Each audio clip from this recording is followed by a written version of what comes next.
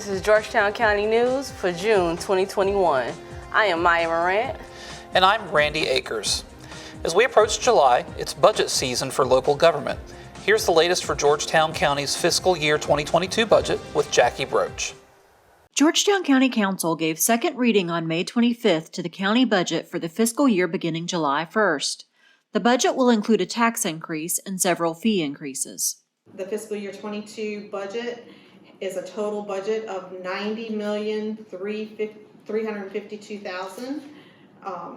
It does include a 0.2 mil increase for the law enforcement department or law enforcement fund, and it also, we have made a provision to transfer 0.5 mils from BOAS, Bureau of Aging Services, to the general fund. We have proposed in this budget 3 new positions within the county. One of those positions will be in facility services. We'll have a new HVAC technician there, and there'll also be a new maintenance man at the airport, as well as a new clerk for the probate office. Implemented the last stage of our conversion from temporary part-time positions to permanent part-time positions. This affects a total of 96 employees within the county. We've also increased the minimum wage for those employees, those part-time employees, so we won't have any employees, permanent part-time employees that are making less than $10 an hour. And the true temporary positions that we do have, like summer youth help, those kind of people will make $8.50 an hour. Several departments will also be getting new vehicles, including 2 new fire trucks for county fire and EMS. Additionally, the coroner's office will implement 2 new fees, one for additional autopsy reports and one for cremation permits. There will also be a new property lease fee at the airport and a review fee for new buildings within flood zones. Final reading of the budget is set for June 22nd.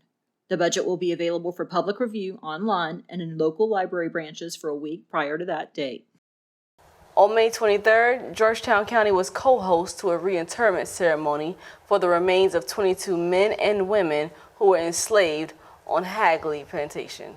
Hallelujah, hallelujah, hallelujah. Originally buried at St. Mary's Chapel, where the plantation's enslaved people worshiped, the remains were disturbed and commingled during residential construction in 2006. They were laid to rest once again at Holy Cross Faith Memorial Church Cemetery in a community ceremony led by religious leaders from multiple faiths. Hurricane season is officially here, and Georgetown County Emergency Management Director Brandon Ellis is kicking off a preparedness campaign to make sure citizens are ready for any storm that comes their way this year. The 2021 Atlantic hurricane season is here, and Georgetown County Emergency Management Department wants to ensure that you are ready in the event that a storm impacts our area. With that, we are kicking off our Build a Bucket campaign, which is a personal preparedness initiative where we encourage citizens to build their personal emergency preparedness kit utilizing a 5-gallon bucket and supplies that you may purchase at your local hardware or Walmart or other convenience store location. It's important to ensure that you have items in your preparedness bucket that will help you sustain life post-disaster. Those include water, which you need 1 gallon per day and at least a 3-day supply, non-perishable food items, which you can pick up at any local grocery store, a flashlight with batteries, a weather radio that's also battery powered, as well as other items that may be picked up at most local shopping locations. In addition to building a personal preparedness bucket for yourself, you can also expand this project throughout your family, for your children, any seniors that may be in your home, as well as your pets.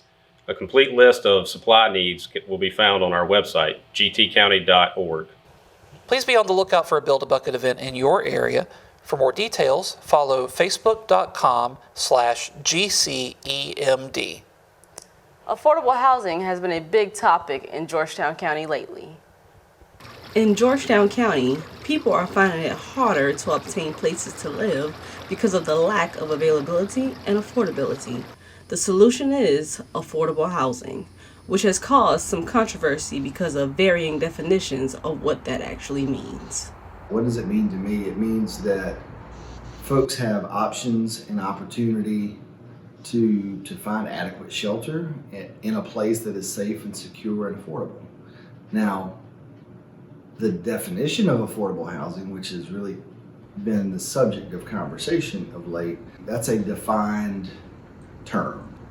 A housing obligation, whether it's a mortgage payment or whether it's rent, that is no more than 30% of your gross annual income. So it's a math equation. Throughout the county, many people are finding jobs, but also finding themselves on a waiting list for housing. Georgetown County Economic Development is focused on reducing that. We have high demand, high need for public housing, for true government-assisted housing. And we have 700 families currently on a waiting list with the Georgetown Housing Authority. But that doesn't stop there. It's not just about public housing or subsidized housing or even what we deem to be workforce housing, but it's really across the entire spectrum. I mean, we don't have enough houses, enough apartments, we don't have enough places across the entire breadth of the spectrum for people to live. So yes, we have a desperate need for housing. Earlier this year, Georgetown County worked with Bowen National to get the exact numbers needed for housing. We wanted to hire a professional consultant to confirm what we believed was the case. And Patrick Bowen came in, did that. He examined the data. He engaged with a number of stakeholders, including developers, employers, school district, hospital system, landowners, builders. He tried to engage stakeholders at every level, and he did in fact confirm what we thought we knew. We had virtually no vacancies for any multifamily product, whether it's market rate apartments or whether it's some form of subsidized housing, and even the inventory that is for sale. What Bowen National confirmed was that there were no vacancies for multifamily product, market rate apartments, or subsidized housing. Along with that, prices are escalating in the existing inventory and availability is limited. The Registrar of Deeds office recently signed a new contract that will result in significant savings for the county and taxpayers. Jackie Broach has the story. The Georgetown County Register of Deeds office recently signed a new contract that will not only increase efficiency, but also create a significant savings for the county. The office is now working with Business Information Systems. Under the county's new agreement with the company, staff will now be able to scan oversized documents and plats in-house rather than mailing them out for scanning. This means customers bringing in documents can get them back the same day rather than receiving them in the mail several weeks later. Registrar Marlene McConnell said that the county will receive a significant savings just on postage. The contract with the new vendor comes at an annual cost of $16,000, a savings of more than $50,000 over the previous vendor. Additionally, staff will be able to begin scanning in historic records it has on file that date back to 1868. By doing this in-house rather than bidding out the project, the county will save an estimated $200,000 at minimum. With the new system, records on the county's website will automatically update every 15 minutes. Previously, staff had to manually update every evening in order for that day's scans and transactions to be reflected. The scanning in of historic documents will be a long-term project, McConnell said, due to the volume of records on hand. But eventually, all of the county's plats, mortgages, and other documents will be available for the public to search online. This is Jackie Broach for Georgetown County News. Parks and Recreation recently opened a brand new walking trail at Rocky Point Park, and Heather Pelham went along for the hike. Rocky Point, a beautifully refurbished boat landing and picnic spot, is also South Carolina's first community forest. On Earth Day, the county unveiled a walking trail that winds through the forest's old-growth hardwoods and historic sites. So the green trail that we just opened is a loop that's approximately 1 mile. It is the first of a number of trails that we're going to open. All will be named after a different color, so they'll all be color-coded. But it is actually using the old fire break system And so we've recently bush hogged and gotten it cleaned up and ready to go. So wanted to open it today on Earth Day and have it ready for National Trails Day on Saturday. This high ground forest was once a plantation and later served as a recreation site for employees of International Paper. This tract, of course, is the old Rocky Point Forest, which was an International Paper resort area for African American families back in the 50s. We're really excited to have the tract of land back out of private ownership and back into public conservation. We'll be able to keep it pristine and for generations to come. Other trails are in development and will offer miles of scenic vistas and opportunities for exercise. Heather Pelham, Georgetown County News. There's a lot happening at Hasty Point Plantation this spring. Jackie Broach has the story. Situated on the PD River in Plantersville and spanning more than 770 acres, Hasty Point Plantation is exploding with natural beauty and educational opportunities. And now that it's part of the Waccamaw Wildlife Refuge, officials are working on plans and programming to get people of all ages exploring and learning on the property. Hasty Point is home to longleaf pine forest, about 50 acres of wetlands, rice fields, massive live oak trees, and historic buildings that will help tell the story of the area's past as one of the world's largest producers of rice. More than 100 enslaved people once worked the land at Hasty Point to produce the plantation's cash crop. The National Wildlife Refuge purchased the property last year for about $5 million. The purchase was made possible with the assistance from Ducks Unlimited, the Open Space Institute, and other partners. The Open Space Institute acquired an additional 237 adjacent acres shortly after, which will further increase public access to the area. Well, we've been managing this property for about 12 years, the managed wetlands and a lot of the waterfowl habitat, but we've had a close working relationship with owners, and when they put the property on the market, we worked very closely with them. We had a lot of land use planning that we had to do. I had to change our boundaries slightly to include the high ground of the property. And then we had to go to bat for finding funding. And so it was a really awesome collaboration with the owners. And it's such an incredible piece of property and offers a lot of opportunities for the public to enjoy this place.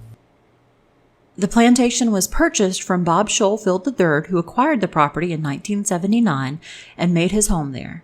He was dedicated to protection of the land and was enthusiastic about working with Sasser to have the property become part of the wildlife refuge. The refuge is currently working with a consultant on Phase 2 of a project to open the property to the public. This includes talking with as many stakeholders as possible, interviewing community leaders, and learning what sort of programming the public would most want to see on the property. Hopes are to have a final report in the fall. This is Jackie Broach for Georgetown County News. The libraries are adding group gatherings back onto their schedule, and summer is going to be busy. Heather Pelham has the story.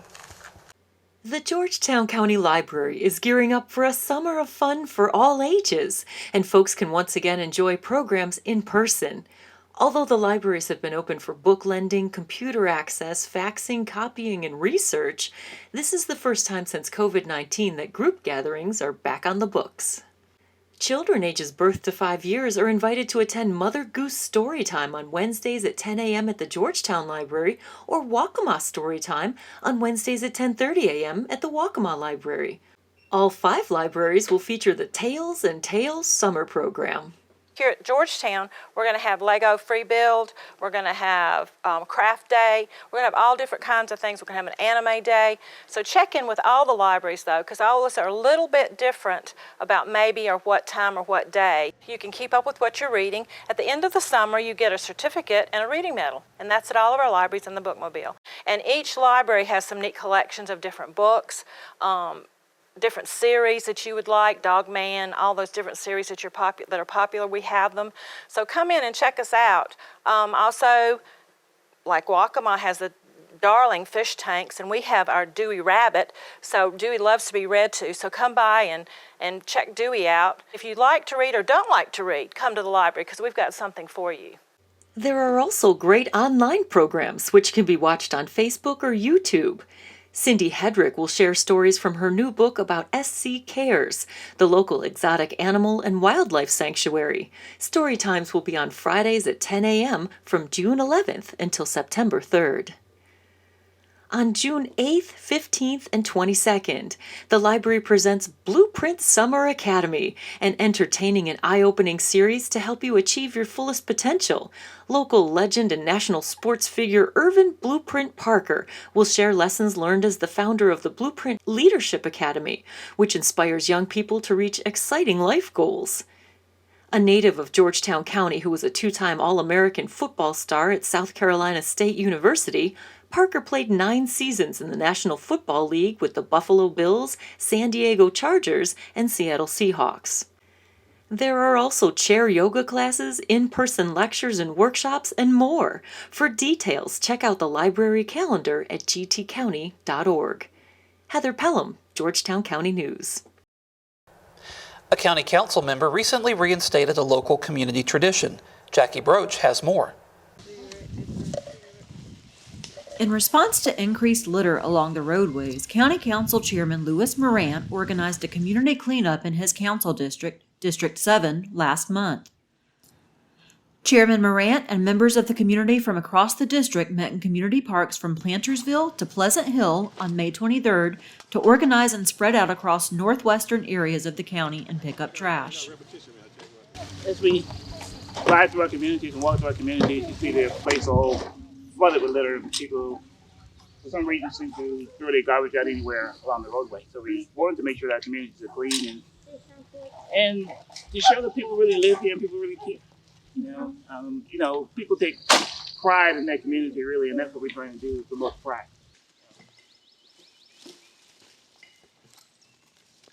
Morant said the area used to have regular community cleanups in decades past, usually organized by church groups. Somewhere down the line, it just stopped. So we're trying to get something implemented again to show the pride within our community.